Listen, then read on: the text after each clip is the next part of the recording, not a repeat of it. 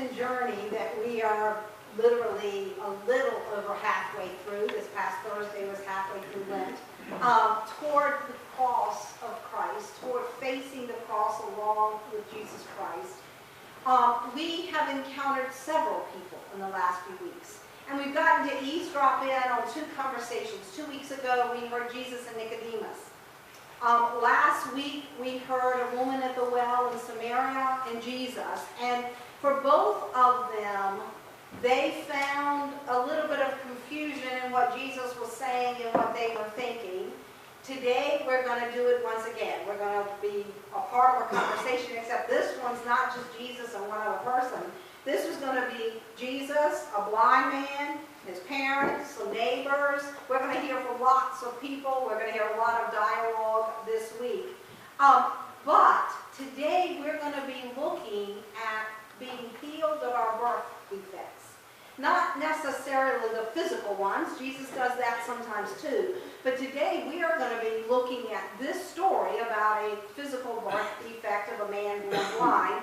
But we're going to carry that into the spiritual plane and how all of us are, quote unquote, defective at birth because of our sin nature. We are born into sinfulness because of Adam and Eve's fall from grace. And we are therefore spiritually blind at our birth. And that is what Jesus and Nicodemus talked about 2 weeks ago, in needing to be reborn, needing to have a birth again. And Nicodemus was like, I can't go back up in my mom's womb. That's what the scriptures say. Like, no, that's not what we're talking about. We're talking about a need to be back connected with God. And so while Jesus has been befuddling and confusing people, he's also been bringing clarity to a woman at the well, to a Pharisee in the dead of night. Today we will see to a man born blind, and therefore to us too. So there's confusion and there's clarity as Jesus teaches them and us about the kingdom of God. So this morning, let's dive in and see what people are talking about and eavesdrop in again on another story. John chapter 9, beginning with verse 1. As Jesus was walking along, he saw a man who had been blind from birth. Rabbi, his disciples asked him, why was this man born blind? Was it because of his own sins or his parents' sins? It was not because of his sins or his parents' sins, Jesus answered. This happened so that the power of God could be seen in him. Now, we're going to talk in a few minutes more about that concept of God's power being seen, but I want us to pause for just a moment and take note that Jesus separates out here for his disciples, and therefore us also, that the man's blindness, his physical blindness, is not based in his sinfulness. I mean, my Lord, he was just being born, okay? And it's not on his parents' sinfulness either. But God is up to something good in healing the physical blind man's sight. Jesus continues to say, we must quickly carry out the task assigned to us by the one who sent us. The night is coming and no one can work. But while I am here in the world, I am the light of the world. Thank you, Jesus. Then he spit on the ground, made mud with the saliva, and spread the mud over the blind man's eyes. And I had to go back and look. When I was preparing the sermon, I was like, I wonder if, that dialogue had the man sitting there waiting. There is no recording in John's version of this story of the man asking to be healed. Now, I'm not saying he didn't. We're going to find out in a moment that he was known as a beggar by the side of the road. He would beg during the day because people recognize him as being that man. But the man didn't ask to be healed. Jesus is just walking along. There he is. They start talking about his sinfulness or what caused the blindness. And then it says Jesus took mud, put it on the man's eyes, and told him, go wash yourself in the pool of Siloam. Siloam means sent.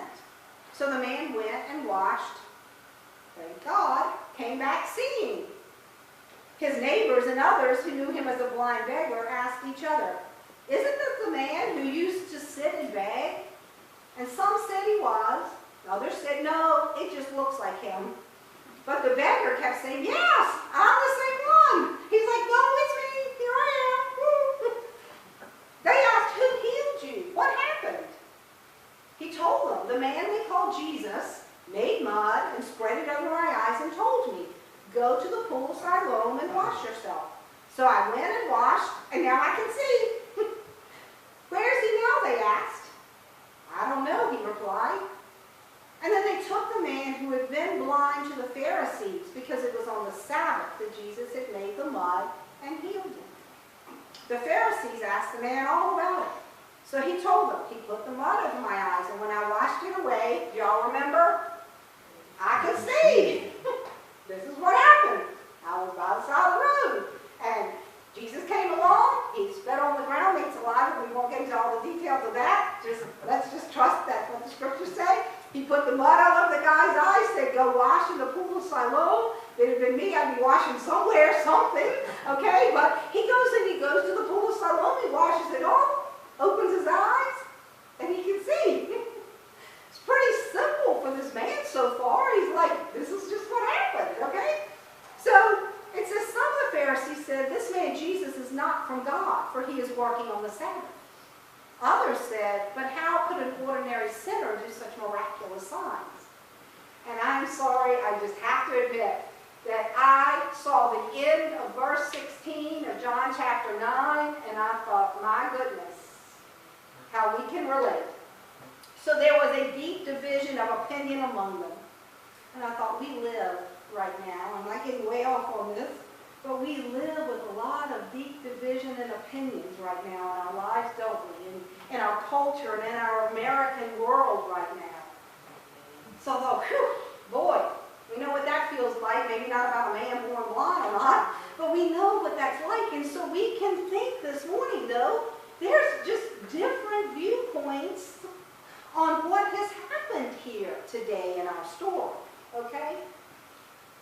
So there's a deep division of opinion among them. Then the Pharisees again questioned the man who had been blind and demanded, what's your opinion about this man who healed you? And the man replied, I think he must be a prophet. Now, we have had 3 people in 3 weeks.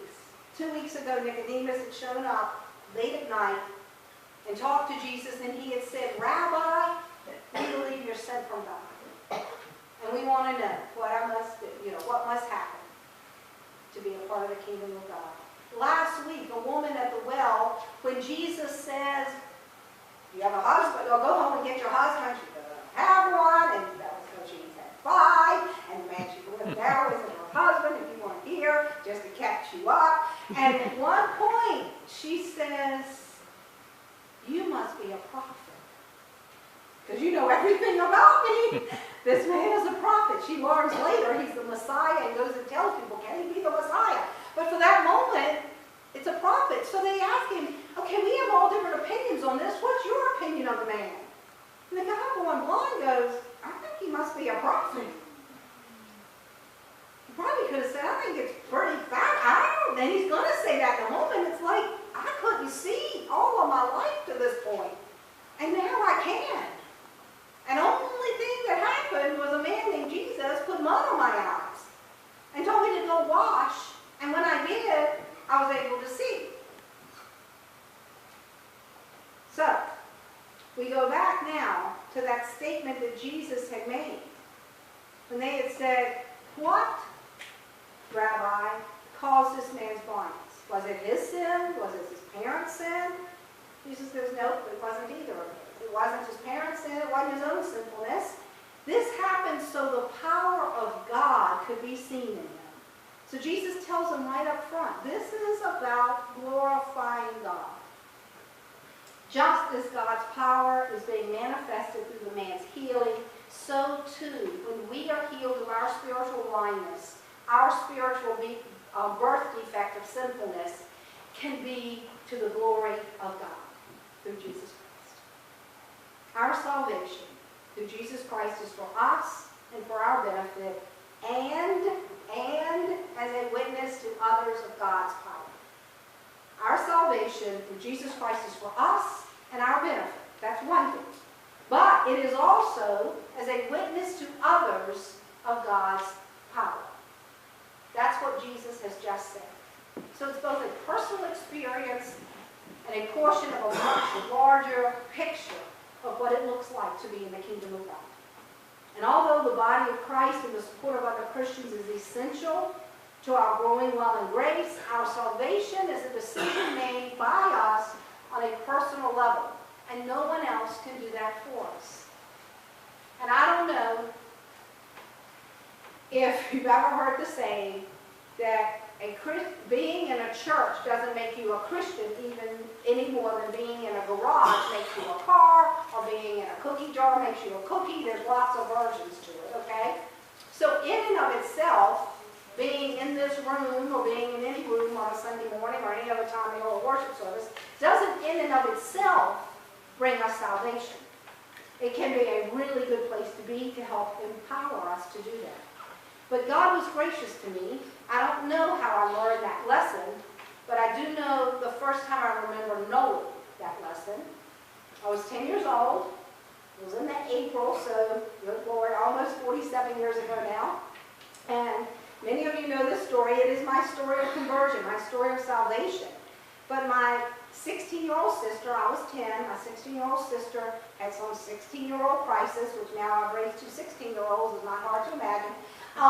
But I just remember waking up and wanting to know what's going on, so I go down, and it will shock you if you know me well that I was curious enough to want to be nosy and know, because I'm extremely that way. And my mother said to me, my mom, my dad, and Ann are all there, and like I said, I had no idea what she was crying about. It was something. And I'm not trying to, I just don't know what it was. I don't need to know. It's not important to my story, and this is about me and my story. But my mother says to me, Claudia, what are you doing down here? And I said, I want to see what's going on. She said, well, you can sit on the end of the sofa, but you got to keep your mouth shut. That could be a challenge. But if I wanted to stay and hear what was going on, then I had to keep my little lips shut. And I was doing that evidently effectively because I was still there. But at some point, I got bored enough that I began for God alone, and I mean God alone knows why, but I sat there on the end of that sofa and got to thinking about the fact that my parents, my brother, who's between Ann and I, my sister, my grandparents, and most of the people I knew were Christians. And I felt led to become one too. And I somehow sat there and knew that wasn't enough, that I had to do that for myself. And I was raised United Methodist. I'm sure they did altar call sometimes, but not as much as they do in some other traditions. But I knew enough to know how to pray a sinner's prayer, because I remember asking forgiveness of my sins, asking Jesus to come into my heart. And then when I was done with that, or God was done with that, I should say, I got up off the sofa and I went upstairs. I found my journal, my little diary, and I wrote in it, April 20th, 1970. At the top, I found April 20th, I put 1970. I was saved tonight. And then I went to bed. So I don't know whatever happened to Ann and her crisis, they were still there. But I know that God somehow at 10 years old made me understand that it didn't matter if every person in the universe I knew had accepted Jesus Christ. I had to do that for my own little self. And thank you, Jesus, I did. So it is a both and, not an either or. It's not just for my salvation, though. It is also so that I would go forth and witness. And Lord knows I've done to do that. Thank you, Jesus. So we have to remember that it's not enough, though, that we just go out and say, well, I represent the church, if we don't have the personal side of it done. But it's not enough that we have the personal side and we don't let God be glorified through it. We don't bear witness to what it is that God has done. So this morning we have both. We have a man healed, but healed so that God can be glorified. Today we continue. Verse 18, the Jewish leaders still refused to believe the man had been blind and could now see. So they called in his parents. They asked them, is this your son? Was he born blind? If so, how can he now see? His parents replied, we know this is our son and that he was born blind. It's like, okay, we got this down. Yes, that's our son. We've lived with him his whole life. We've been around him his whole life. We know he's been blind, okay? But we don't know how he can see or who healed him. Ask him. He is old enough to speak for himself. But What's interesting is John gives us a little commentary in verse 22. His parents said this because they were afraid of the Jewish leaders who had announced that anyone saying Jesus was the Messiah would be expelled from the synagogue. That's why they said, he is old enough, ask him. That's all we know about his parents, is they acknowledged their son, they acknowledged his blindness, but out of fear, they were not willing to say, we understand it was Jesus, we were there. We don't know whether they witnessed it, we don't. But we do know this. We know why they didn't say anything more than ask him. So they told the Pharisees, the religious leaders, get him and ask him. They just talked to the man, remember? And he had told them a story. But, verse 24, so the second time they called in the man who had been blind and told him, God should get the glory for this because we know this man Jesus is a sinner.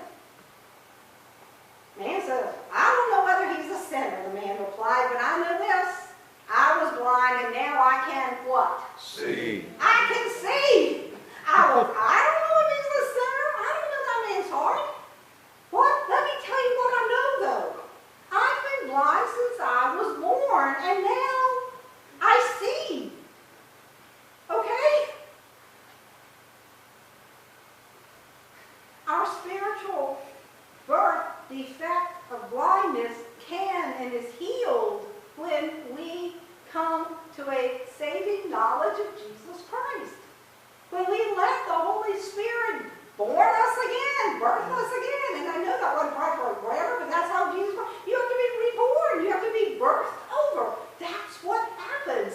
And when our spiritual birth happens, our eyes are opened again spiritually. But what did he do, they asked the man. How did he heal you? Look, the man exclaimed. I think that's kind of funny, don't you, that he's seen now and he goes, look. I told you once. Didn't you listen? It's like, okay, I was blind, but are you deaf? I mean, I told you this whole story once. Why do you want to hear it again? Do you want to become his disciples too? That's not going to go over well. Then they cursed him and said, you are his disciples, but we are disciples of Moses. We know God spoke to Moses, but we don't even know where this man comes from. Now remember, this is a blind beggar that's before the religious leaders, okay? He's in there talking to the people that are supposed to know this stuff, okay? And he says to them, wow, that's very strange, the man replied. He healed my eyes, and yet you don't know where he comes from? We know, this is the man still talking. We know that God doesn't listen to sinners, but he is ready to hear those who worship him and do his will. Ever since the world began, no one has been able to open the eyes of someone born blind. If this man were not from God, he couldn't have done it. You were born a total sinner, they answered. Are you trying to teach us? And they threw him out of the synagogue. I think that's interesting too. You were born a total sinner. Well, they were too. But we're going to get to that in a moment. Jesus is going to address that in a few minutes here. And are you trying to teach us? Like, how dare you? So I'm not going to teach you anything. I'm trying to tell you what you brought me in here. I didn't wander in here on my own. I didn't come find you. You found me. I got brought to you because it happened on the Sabbath, but the man healed my blindness. And you say you don't even know where he came from? And all I said to you was, well, my Lord, even I can figure that out. I haven't studied all this stuff like you have. He's like, I'm just stating the obvious. He doesn't say all that. That's Claudia's version. But it's all, I mean, if you read through the lines, don't you think that's the point he's trying to get across to these people? So one of the more interesting parts of our humanity is this, though, and it has to do with sight. Sometimes we are only able to see what we expect to see, even when the truth is something else instead, something we didn't expect. Sometimes we are only able to see what we expect to see, when the truth is something else instead, something we didn't expect. Even when the truth is staring us in the face, if we don't have eyes to see it, we don't see it. The Pharisees and religious leaders were that way. They just couldn't get beyond the fact that this happened on the Sabbath, which broke one of their laws and rules. making mud, putting it on someone's eyes would have been work. And the fact that Jesus chose to do that then, they're already, or not really in favor of him anyway, but that's just icing on the cake, okay? But they just can't see it. We want to be careful that we don't lock ourselves into our own understanding of God and what God can do, that even in the face of God's action in a new way, we can't see it. Again, a story about myself, but it fits, so I'll share it. I think partly by genes, by God's grace, you pick, but I have a decent sense of direction. My dad had a good sense of direction also. But ever since I was little, you take me somewhere, I can pretty much get myself back there. Maybe twice I have to go, but I don't know. It's just easy for me to do. Other things aren't. But that is. And so for me to get truly lost takes a lot usually. And good 15, 20 years ago. In fact, it was 20 years ago because it was before I was pastoring. And I went to visit a friend in Washington, D.C., spent the night. It was during the week. And that next morning, got up and was in charge of getting myself back to Richmond, which I knew to do. And if I could get through the district, I did great because I was going south when the rest of the world was going north. And yet this morning, I got on the Rock Creek Parkway and missed the one little slant because all these cars were pushing me this way. And the next thing I knew, I was downtown Georgetown. And they have certain roads that go certain ways that time of the morning, so all those people can go into downtown D.C. So finally, I got pulled over, and I didn't know where I was, but what I did know was I needed to go right to get to Memorial Bridge. I knew that. I just didn't know how to get myself which road to go down. So, did not have a cell phone then. Did not have GPS then. I called my friend and I said, this is where I am. She pulled out a map that she had and she said, Claudia, you need to go left, like 3 blocks. And I said, no, I know I don't need to go left. I know I need to go right. She goes, well, didn't you tell me? I'm like, what are your street signs you're seeing? This is what I'm seeing. This is the road up. You need to go right. I said, okay, fine. And I hung up. I thought, okay, she doesn't know how to read a map. So honest to God story. Someone's walking down the sidewalk. I said, excuse me, I'm lost. I need to get to Memorial Bridge. They said, you need to go right. Excuse me, you need to go left. 2 blocks, 3 blocks, turn and go. Do you want me to admit that I asked the 3rd person that said to me, I needed to turn left. And so finally, I thought, I don't know what else to do but go left. But I knew good well I was going the wrong way. I knew I was going to find Memorial Bridge. The good news is I did finally find it because I'm here, okay? And I did get home that day just a little later than usual. But, Memorial Bridge was to my left. Down 3 blocks and over another street, and there it was. And once I got there, I knew where I was. But if we are so sure we're already right, literally, people with maps, with experience, can tell us something else, and we go, no, don't know it, don't see it, can't experience it. We never, ever want to do that on a spiritual level. We don't want to be like that. So the psalmist prays this in Psalm 119, be good to your servant, that I may live and obey your word. Open my eyes to see the wonderful truths in your instructions. Be good to your servant, that I may live and obey your word. Open my eyes to see the wonderful truths in your instructions. And I picked that because the Pharisees are trying to obey the law. That's why they're so upset over this healing being done on the Sabbath. But they're so attuned to God's instructions in their mind of what that looks like that they miss that God actually just healed somebody. We don't want to be like those Pharisees were that day. We want to be like this man who had been born blind, because he's able to look beyond what he expected Christ, as the text goes on to say. Verse 35. When Jesus heard what had happened, he found the man and asked, "Do you believe in the Son of Man?" The man answered, "Who is he, sir? I want to believe in him." "You have seen him," Jesus said, "and he is speaking to you." "Yes, Lord, I believe," the man said, and he worshiped Jesus. He's like, "Oh my gosh, did you? Oh my gosh." Then yes, I believe. Then Jesus told him, "I entered this world to render judgment, to give sight to the blind, and to show those who think they see that they are blind." Some Pharisees who were standing nearby heard him and asked, "Are you saying we're blind?" I love it. Jesus, though, doesn't just say, "Yeah, that's what I'm saying."